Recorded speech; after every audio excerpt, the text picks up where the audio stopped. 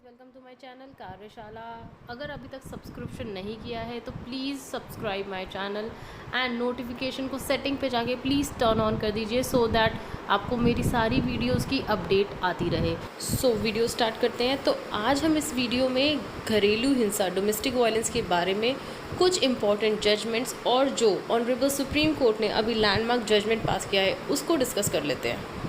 तो घरेलू हिंसा डोमेस्टिक वायलेंस 4 तरीके के होते हैं। फिजिकल अब्यूज़ जहाँ पे मार पिटाई हो, सेक्सुअल अब्यूज़ जहाँ पे आपकी इच्छा के विरुद्ध आपके साथ सेक्सुअल इंटरकोर्स किया जाए या फिर दूसरे के साथ करने के लिए कहा जाए, वर्बल एंड इमोशनल अब्यूज़ जहाँ पे आपको मेंटल अगनी मेंटल टॉर्चर किया जाता है, फिनेंशियल अब्यूज़ जहाँ पे आपके पैसों पे कब्जा कर लिया जाता है और ज़रूरत होने पर भी आपकी फाइनेंशियल नीड नहीं पूरी की जाती, आपको पैसे नहीं दिए जाते। आगे देख लेते हैं। डोमेस्टिक वायलेंस एक्ट आया था 26 अक्टूबर 2006 को।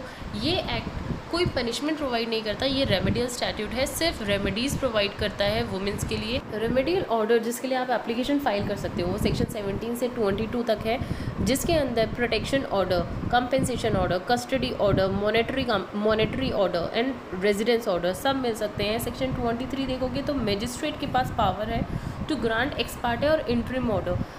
विक्टिम और अग्रीव सेक्शन 2A में डिफाइन है। Aggrieved means women, it is gender bias definition. तो जहाँ विक्टिम वुमेन है वही डोमेस्टिक वायलेंस एक्ट के अंदर रिलीफ क्लेम कर सकती हैं, मेल्स नहीं कर सकते। ऑल्दो जिसने इलीगल एक्ट किया है वो मेल फीमेल कोई भी हो सकता है। इंपॉर्टेंट डेफिनेशंस देख लेते हैं।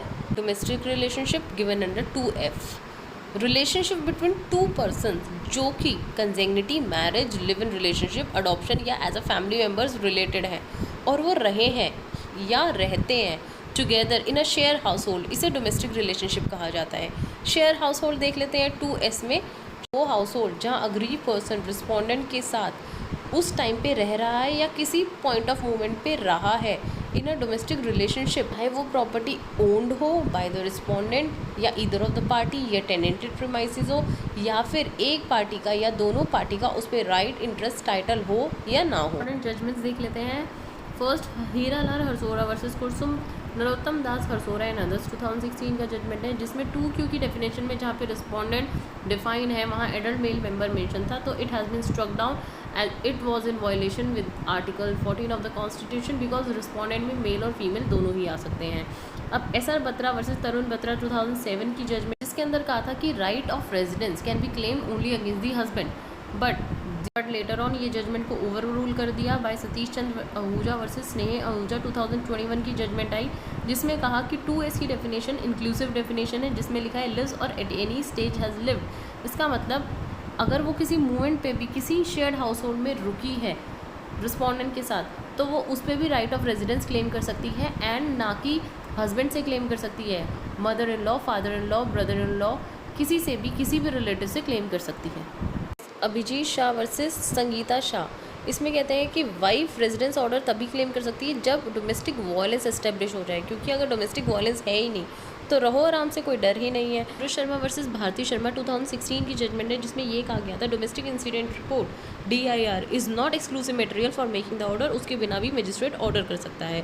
कामताची वर्सेस लक्ष्मी नारायण 2022 की जजमेंट है, जो कि लिमिटेशन 468 ऑफ CRPC में गिवन है, that is not applicable to application to be filed under 12 of the DV act. तो limitation act section 12 of the DV act पे एप्लीकेबल नहीं है।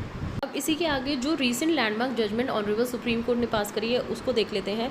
नाम है प्रभा त्यागी वर्सेस कमलेश देवी, जो कि डिसाइड हुआ है ऑन 12 मई 2022। इसमें विक्टिम ने एप्लीकेशन मूव करी under section 12 for seeking protection order, residence order and compensation order against her mother in law. Mother in law content करती हैं कि बहुत सिंपल मैरिज हुई थी, कोई स्त्रीधन नहीं दिया गया था। She further denied the paternity of the child born to the victim and stated that she cannot conceive the child within 28 days, so the child does not belongs to her late son. Further mother-in-law कहती है कि she has resided at the ancestral home just for the night, so it is not possible that there are incident of domestic violence and even cannot claim right of residence over the ancestral property. But honourable court Dehradun ने 12 मई 2011 को ये application को partly allow किया and allowed her monetary compensation of ₹10,000 further directed the mother-in-law not to obstruct the victim from enjoying the property of her late husband. Against the order, mother-in-law has moved to session judge. Session judge has set aside the judgment passed by the magistrate. Later on, the victim has moved to Honorable High Court of Uttarakhand. The Honorable High Court has upheld the judgment passed by the Session Court and stated कि जब DIR ही नहीं थी तो DIR के बिना magistrate कोई cognizance ले ही नहीं सकता DV केसेस में। फर्दर ऑनरेबल कोर्ट कहते हैं as she is living separately so therefore there is no domestic relationship सो DV is not applicable. Aggrieved by the order pass by the high court, the victim has move to the supreme court of India. Supreme court of India ने 3 issues frame करे। First issue, क्या DIR domestic incident report DV की proceeding initiate करने के लिए या magistrate के cognizance लेने के लिए मैंडेटरी है। सेकंड, ऐसा ज़रूरी है कि जो अग्रीव्ड पर्सन है वो रिस्पोंडेंट्स के साथ सेम शेयर हाउस होल्ड में रह रही हो जब डोमेस्टिक वायलेंस हुआ हो। थर्ड, क्या सबसिस्टिंग डोमेस्टिक रिलेशनशिप होनी ज़रूरी है जब विक्टिम ने सेक्शन 12 ऑफ DV एक्ट की एप्लीकेशन कोर्ट में मूव करी है। Honourable supreme court of India ने बोला इशू 1 को लेकर, no it is not mandatory to consider DIR।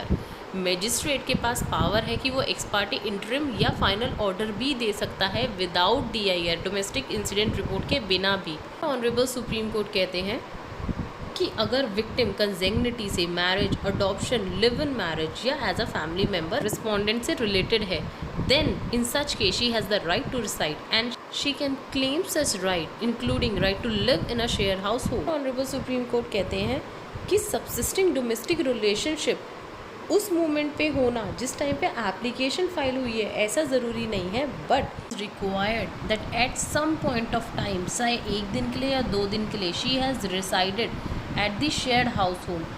So that's all for today. Hope you like my videos guys. अगर अभी तक नोटिफिकेशन टर्न ऑन नहीं करी है तो please guys turn on your notification, go to the subscription, then click on my channel name, then go to view channel and then settings के अंदर click on the notification tab and then enable the subscription tab. Thank you so much guys, thank you for watching my video.